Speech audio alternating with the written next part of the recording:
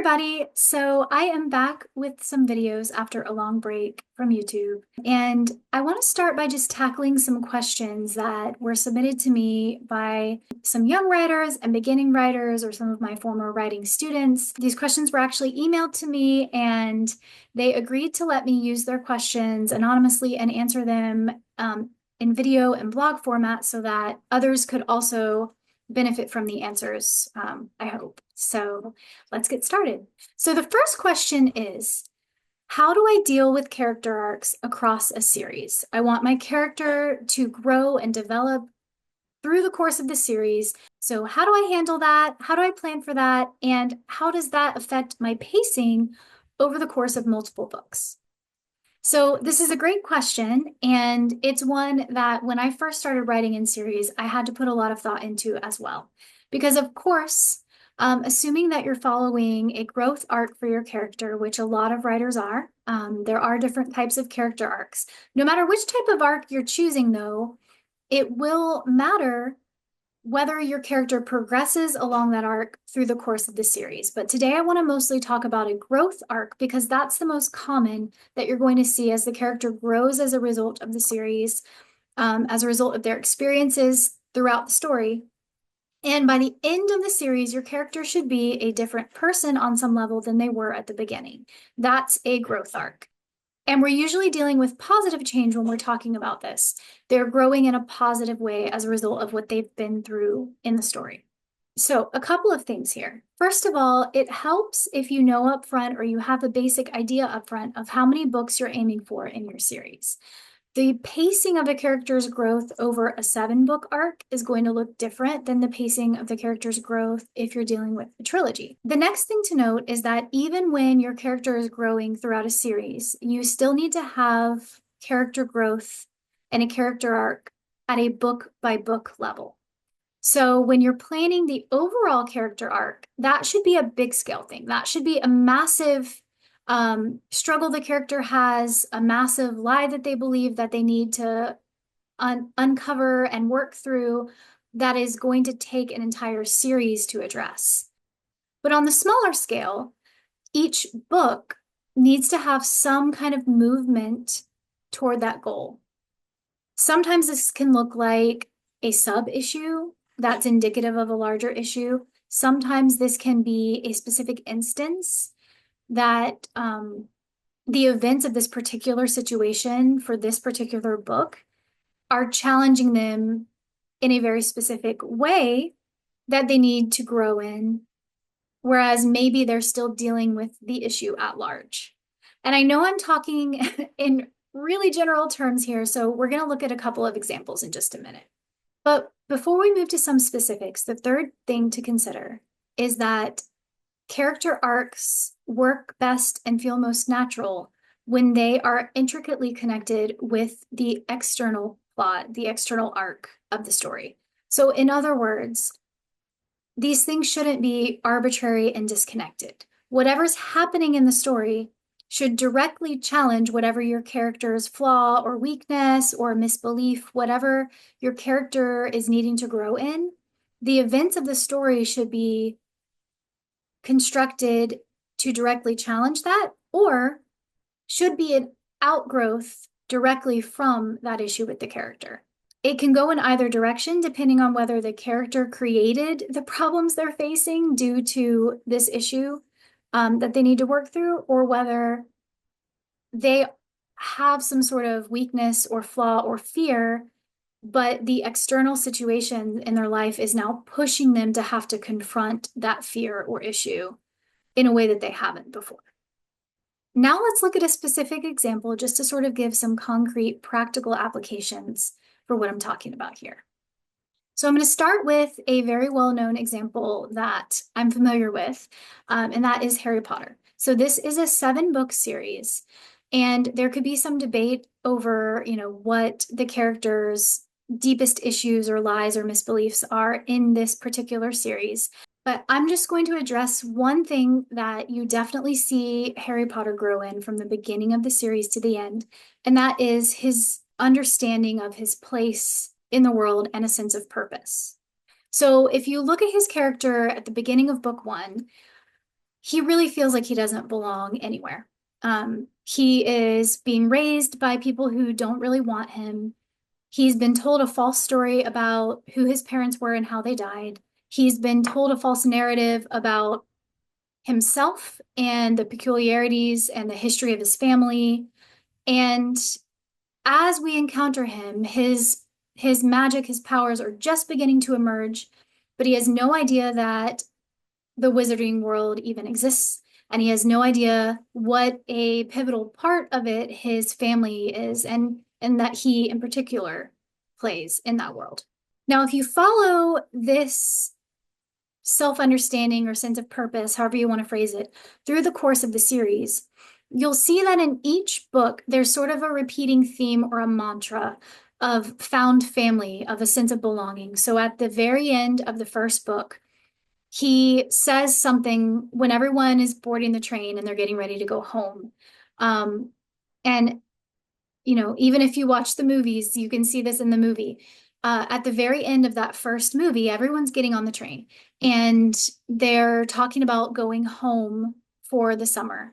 And he says something like, I'm not going home, not really, because he's come to view Hogwarts as his true home. He is returning to a house with family who don't want him, who refuse to acknowledge who he really is, who refuse to acknowledge who his parents were, who want nothing to do with this like important part of his life.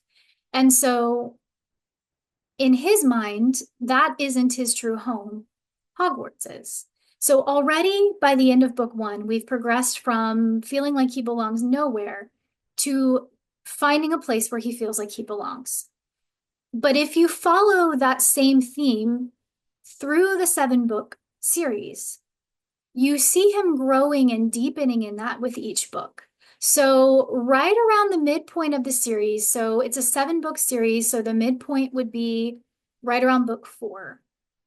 We see that his belief in his belonging is kind of thrust into this deep gauntlet of challenges. So he's put into the goblet of fire without wanting to be. And for those of you who haven't read the series, I don't want to give too many spoilers, but in order to, you know, give examples, I have to kind of give some details. So right there at book 4, there's kind of a crisis of identity because he's thrust into this competition that he didn't ask to be put in.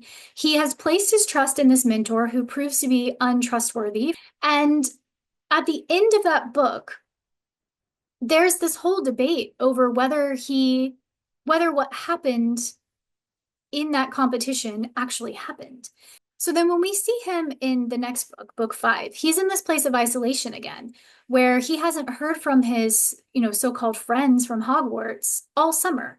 And he sort of reverts back to this place of insecurity about his belonging, right? So he thought Hogwarts was his home. He thought these people were his true family. And now none of them are getting back to him. None of them are contacting him. And he has this whole crisis about this. Now, there are reasons for that he learns later in the book, but it's interesting that this theme of his character growth about a sense of belonging and a sense of purpose emerges right there, right at the middle mark almost of the series arc. So from that point on, book 5 is really kind of a pivotal point where he's crossed that midpoint threshold of the series arc, and he's learned now that this sense of purpose that he thought he had, this identity that he thought he had found as, you know, the chosen one, essentially, for this fantasy world, is now being thrown into challenge. There's a whole camp of people who claim he's a liar and accuse him of all sorts of things and refuse to acknowledge what's really happening. And so now he's an outcast in the very world that he had come to kind of view himself as the hero in. And so it challenges his identity in a new way. Now, it's been challenged prior to this, right? There were always people who didn't like him. There were always opponents. There were always people who had issues with him or who were a challenge to him. But at this point, the very existence of his identity is kind of called back into question. And then over the course of those final 3 books, 5, 6, and 7, you see his progression into a deeper acknowledgement of his sense of purpose, of his sense of belonging, he has come to understand his role in this prophecy and his place in this wizarding world in a new and different way, to where by book 7, he's willing to stand alone to face the evil. And his network of support, his community of support rises up around him, but in the end, he goes to face it alone. So this is a really interesting look at how this growth arc progressed from the beginning of the series to the end. In every book, it's challenged on some level. In every book, he deepens his relationships, he deepens his sense of belonging, he deepens his understanding of his own role in this as he learns more and more and more about what he's facing and what his role in all of this is.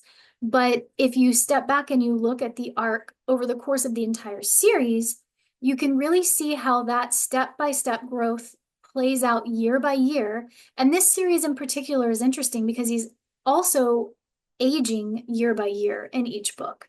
So his maturity level is growing, his understanding of himself is growing, his understanding of his purpose and his role is growing, his understanding of how to use his magic is growing.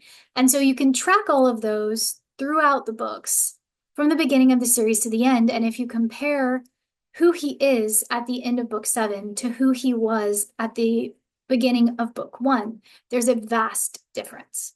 Now, on the book level, when you're looking at this character arc, one book at a time, even from the beginning of the book to the end of each book, there is a little mini growth arc on that same theme. Like I mentioned, in book 1, he starts off the book with no clue about his magical abilities, no clue that he's a hero of this other whole world he's not even aware of. And by the end of the book, he's stepped into that identity on a very basic level. He still doesn't have the full understanding of what that means. He still doesn't have the maturity, partly because he's 11 and partly because he just hasn't had that much time to learn what it really means to be the boy who lived, right? And so you can see the growth from the beginning of book 1 to the end of book 1, but it's a fraction of what you see in his growth over the entire series. And if you look at the beginning of each book to the end of that book, you'll see this incremental character growth book by book as he deepens his understanding of his magic, his ability to use it, his understanding of the world, and his understanding of himself in every book. And as he strengthens his sense of belonging and community with the people that he's found, his newfound family. You could take the same principle and you could apply it to pretty much any series that shows a positive character growth arc. Once you identify a core theme of what their character struggles with, then you can track it through the series as they grow. And all of the series that feel like they're well paced, you're going to be able to track this growth throughout. But you can also reverse engineer it, right? So if you know that you're wanting to write a 3-book series, a 7-book series, you basically just need to plot out your starting point and your ending point. So what is it that your character struggles with? What is their big flaw that you're wanting them to grow in through the course of the series? It could be a lie they believe, it could be fear, whatever it is. And then where do you want them to be at the end of the series? Once you know that, then you can sort of work backward from there and plot a rough midpoint of that arc where they're going to have some sort of pivotal change in understanding right in the middle of that series. So that could happen, in a 3-book series, that's going to be happening halfway through book 2. In a 7-book series, it's going to be happening somewhere around book 4. Once you've broken down roughly where the character is starting, where you want them to go, and what that middle point would look like, then from there, you can deal with that character arc on a book by book level. So if you know from the start of book 1, you need your character to grow through this, like say, a massive fear of spiders, just to use a very simple example. If you want your character to grow through this massive fear from book 1 to book 3, then somewhere in book 2, you're going to need a pivotal moment where around the middle of book 2, where they are forced to see spiders in a new way. Okay. It starts to change. Maybe their fear isn't completely gone yet, but it starts to change how they view the spiders. And from there, you can build toward your end result of them not being afraid of spiders at all, right? But then if you take that down into a more specific level on the book by book level, you've got all of book one and part of book two that you're building toward that midpoint change. So now you can figure out, what do you need to have your character face in book one that is going to push them along that path enough that they're on pace to hit that major change by the time they get to that midpoint of the series. And then once you've decided on a large scale what you're going to have them face in the first book, in the second book, in the third book, then you can break down that same arc within each book and make sure that whatever distance of that character arc they need to cover within that particular book, you've given that book a midpoint as well. Okay, so let's walk through an example using this fear of spiders concept, just so you can see what this would look like on a book by book level. Okay, so let's say we have a trilogy, and we know that we want the midpoint of our character arc over the whole series to include the character coming to see spiders in a new and different way. That's very generic, so there's lots of ways that we could achieve that. But let's say that we've decided that what's going to happen at the midpoint of the series is a spider is going to save the character's life. Now, the way you pull this off, I'll leave to your creative writer brain. Just off the top of my head, I could think of some things like maybe the spider scares off something more threatening to the character. Or maybe the spider draws attention to something that the character didn't realize was there, like some sort of other venomous creature that the spider intervenes with or something. Or maybe there's a rare medicine in your world that is created from spider venom and it saves the character's life or saves the life of someone he loves. Okay, so take your pick, but let's just say that at that midpoint, the spider is going to save the character's life or the life of someone very important to him. Building up to that, we have all of book one and part of book two, in which we need to first establish the character's fear of spiders and how challenging it is, establish why this fear of spiders is a problem. So let's say the character is in some sort of situation or world where he needs to deal with spiders regularly, or that spiders are going to be a pivotal part of his life, right? Because if it's not a challenge, then his fear of spiders doesn't really matter to the story. And then third, during this first book and a half leading up to this midpoint, we need to build the character to the point that the midpoint realization is going to feel realistic for the character. We don't want it to feel like we flipped too abrupt of a switch from deathly afraid of spiders to, okay, maybe spiders are all right. Because at the midpoint, remember, he's not all the way to not being afraid of spiders yet, but it needs to be realistic for him to at least be like, well, maybe I need to rethink how I view spiders, right? So then in book one, you would need to put in the events that are going to highlight the character's fear of spiders. You're going to highlight why the character needs to not be afraid of spiders in this particular world or situation. And then you're going to place the character into some situations that challenge that fear and make him step into that fear a little bit, even if he hasn't yet gotten over it. So maybe it's just that, he had to take some kind of a job that involves him dealing with spiders.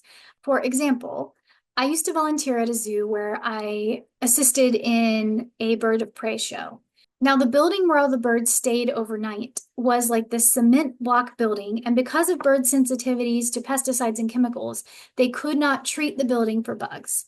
So literally, this was my dream volunteer gig, right? I got to handle hawks and owls and eagles and all sorts of cool things. I got to learn about animal training, but if I was deathly afraid of spiders, it would have been a horrific challenge because due to the fact that they can't use pesticides around the birds, every time we would open cabinets in that building, wolf spiders would jump out at us, literally every time. Because again, this was a zoo, it was an outdoor environment. There were spiders in every cabinet in this building. So that's just one example of how you could manufacture a situation where the character is forced into a conflict between something he really wants and this fear. And if you build on that in that entire first book, where the exposure to the spiders is there, even though the fear still persists, then by the time you get to the end of book one, you can kind of have edged that character a little bit where, okay, maybe I don't panic anymore, but I still really dislike spiders.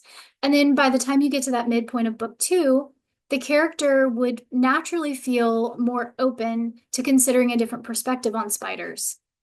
And so whenever the spider does something that saves the character's life, the character is willing to accept, okay, maybe spiders aren't all bad. Now, here's an important point to discuss about pacing with the character, because that is a big part of the question that was sent to me. If you have some big event at the midpoint of the series arc, like what I just described about a spider saving the character's life or someone he cares about's life, that's a pretty climactic experience to have over the sphere, but we're not even yet to the end of the series. So if you're going to do something that dramatic at the midpoint, you would need to have something even more dramatic planned for the finale. So again, the pacing needs to make sense. Just for example, if the midpoint really was spider venom creates a medicine that saves someone else's life and the character finds out about it, or it saves his life and he finds out about it, he wakes up in the hospital, he's told spider venom was what saved his life. Okay. From there, the next book would include him kind of wrestling with that knowledge while he still persists in his dislike of spiders. So he would return to this job at the zoo. He would see the spiders. He would grumble and complain about them, but maybe he's not going to try to smash them now because, well, one did save his life. But again, you have to be building towards something that's going to feel more climactic than what you faced at the midpoint. So you're building toward an even bigger conflict with spiders. You're going to need to put them in a whole room of them or something in order to balance the extreme challenge and growth that's going to happen at the end of the story. If the midpoint realization of a spider saving his life in some way is the biggest you can think of, then the entire thing needs to shift, and that becomes his final growth point in the climax of the last book. And the entire character arc building over the rest of the series needs to be more gentle and more gradual leading up to that point. Whichever way you go, whether you're having a big thing right in the middle and an even bigger thing at the end, or a more gentle growth for this character issue, the pacing needs to feel natural. So you're going to need to plan what happens in each book to gently nudge your character along that path until they reach the destination that you've decided for them in the conclusion of the final book. Okay, so this is already a pretty long video, so I'm going to stop there.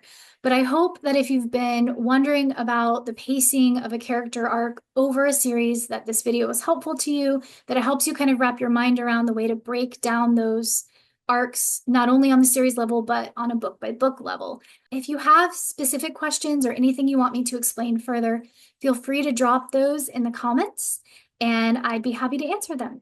If you enjoyed this video, please be sure to like and subscribe and click that little notification bell so you'll get notified whenever I post a new one. Thank you for watching and happy writing.